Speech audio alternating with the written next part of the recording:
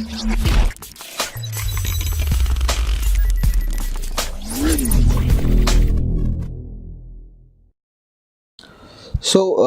a lot of you know about me, and specifically with respect to my own attempts at the CAT. I've cracked it 17 times. My last percentile was 99.97, and I do it without actually preparing for it. So I just solve one test in a year for myself.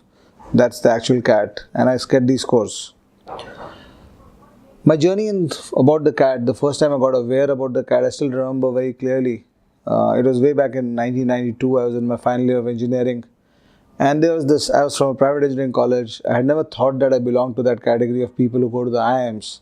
Because obviously, only brilliant people go to IIMs. And I had nothing of that sort on my profile to tell me that I belong to anything close to brilliance. And my journey started, I think, the day, if I remember correctly, I had gone to a marriage party of a brother of my friends. And in that party, this friend of mine came from the government engineering college. I was studying at a college called MIT in Pune, and my friend was from that great COEP College of Engineering Pune, which was almost impossible for people like me to dream about getting into. And he was studying there, and his friends and his classmates had all come for that wedding, and this was around 5 months before the CAT happened. And during that wedding, it was a day wedding in Maharashtra. And during that wedding, on that day, this group of 7, 8 people were talking about their CAT prep. And I had not even thought about, I want to give CAT this year. This is already July. And these people had been preparing for 3, 4 months. And I got a feeling that, when I started listening to them, I started getting a little bit inspired by these people. If these people are preparing, maybe I should also look at doing something, because I'm also finishing engineering. And I thought that maybe I'll take a test and see what happens. And that's what they encouraged me to do. Why don't you take a test? We all solving these tests. And when they gave me one of these tests, I had not enrolled anywhere, of course. I was told that you need 120 marks, 1 mark per question, minus 0.25. So you need a net score of 120 marks in 2 hours to get through the IIMs. And my first test, I think I gave somewhere in August.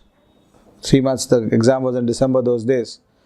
When I took my first exam, the first CAT test that I took, my score was 47.25. And I realized that this is not meant for me. I went back to my cocoon. I said, CAT is of course meant for brilliant people. I don't belong to that category by far. And hence, I just kept aside these papers. And I said, I'm not interested, I'm not trying to get through into this. But luckily for me, my friend insisted a month later that why don't you take another test. And when I took that test, the second test around mid of September, around 20 days after the first test, I was surprised when I got the score. But before I tell you what score I got, I will also tell you about what I did in between. So I did no conventional preparation because I was not preparing at all. But before I took the second test, I just looked at what happened during my first testing experience. And I still remember very clearly that I had taken a decision that I'll not get stuck in questions. Because when I finished my first test and got that 47.25 score, I could see that there were a lot of questions in which I knew what to do, but I never reached them. And there was a lot of questions in which I had got stuck. So I just told myself one attitude issue, that you'll keep pushing on in this test. You'll not keep getting stuck. And for the other 20 days, obviously, I had not prepared anything. I had not studied time speed distance, and I did not even know that time speed distance is something that you study for this exam, or for that matter, any other topic. And when I took that test, my score suddenly went to 93.25. And it was a shocker for me, because that suddenly meant that a journey of 47.25 to 120, 70% of the journey had got covered without doing anything. And then I told myself that why don't you get serious about this? If it was so easy to get to 93, why can't you get to 120? And the benchmark was very clear at that time. You need to score 120 in 2 hours net score. So you needed to solve around 130, 140 questions with around 7, 8, 10 errors. You'd get a 120s. At that time, the exam used to be out of 180 to 200 questions. I got interested obviously with that 93 score, and then I decided I'll take more tests. And as I started taking tests, my score started kept going up. And to my utter surprise and to my utter shock, in fact, my score started going to the hundreds, the 110s, the 120s. And by the time I was on my 15-20th test, my score had reached 140 plus, which means I was doing 20 questions more, 20 marks more than what people who went to IMA that year were doing. And that's when I realized maybe my aptitude was built in right from the start, or I had already cracked a lot of these things inside my mind on my own. But and today also I tell a lot of students about this, that when people come to me for advice, or when people seek out what they need to do, if you look at my own process of getting into the IIMs, I got through just by taking tests. I didn't even know what chapters to study. And I see a lot of students, and I've talked about this in a different video in this series, where a lot of students actually just focus on preparing and studying for a CAT like a conventional university exam. It's not that. It's about, so what I used to do was I used to do these tests and analyze what went wrong, and I would make sure that I would not make that mistake again. And as I said, my scores, I was in Pune at that time, and I almost got famous in Pune because I was getting 25 marks more than people who were going to IIMs. And I was getting the highest marks across the city, anywhere, amongst all these people, including those COAP students. And of course, what IIM Bangalore did to me when I went to IIM Bangalore was it changed my educational profile completely. You look at a person who's got 81% in 10th, 82% in 12th, a graduation from a private engineering college with no great shakes in terms of results, a 63%, 62% graduation, and suddenly he reaches IIM Bangalore. It changes a lot of things for you. It changes what people expect from you, but more importantly, it changes what you expect out of yourself. And what 2 years at IIM did was, it was a completely transformational experience for me. I had never seen or experienced that quality of education.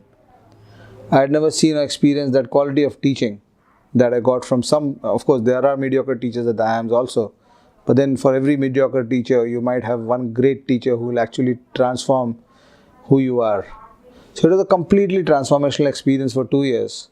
And apart from the fact that it gave me a job, which an IIM will obviously give you, it also gave me the resources and the skills that I would require for the rest of my life.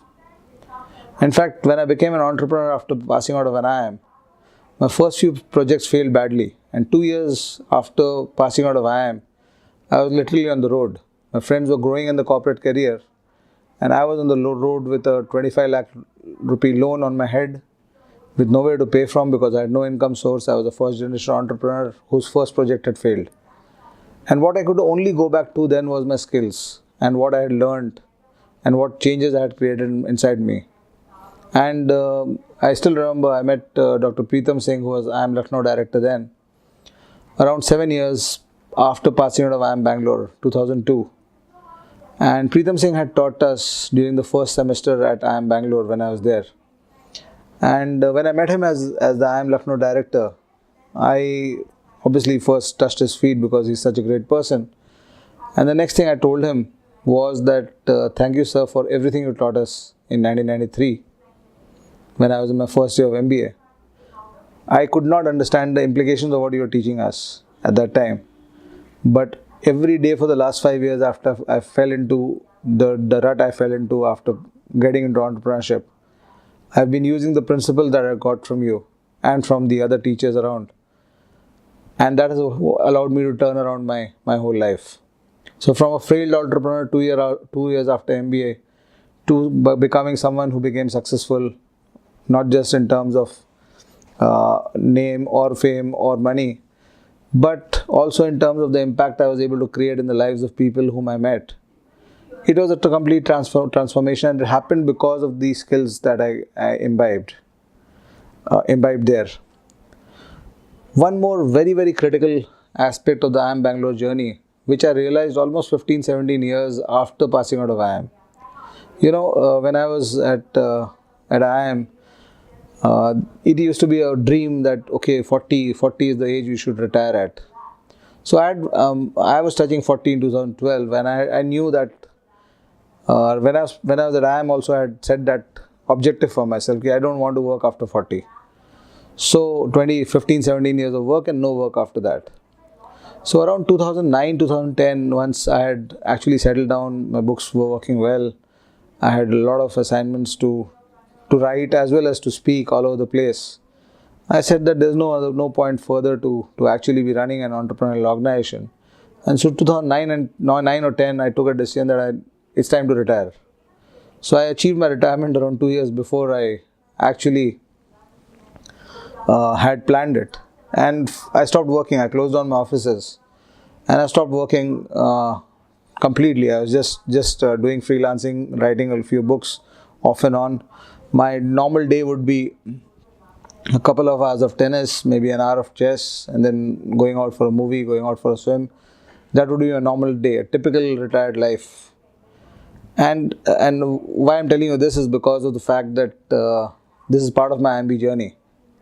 So what happened around this time was also the social media connection started getting stronger.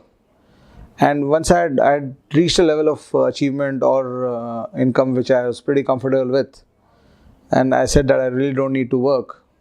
My friends obviously were working.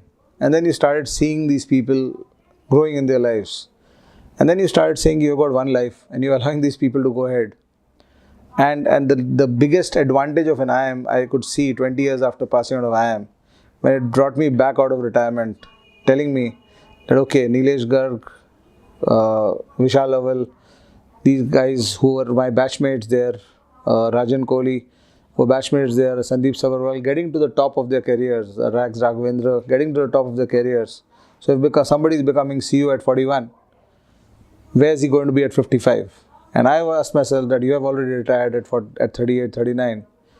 You're going nowhere at 55. And the biggest advantage of an IIM is in terms of the peer group it gives you, not just when you are there, but right through life. And the kind of benchmarking you do. So whenever you get a feeling that you have done pretty well and you're doing pretty well, all you have to do is look around. You'll find a Raghuram Rajan becoming governor of the RBI. You'll find a Harsha Bhogle being the best TV commentator around on cricket without being a cricketer.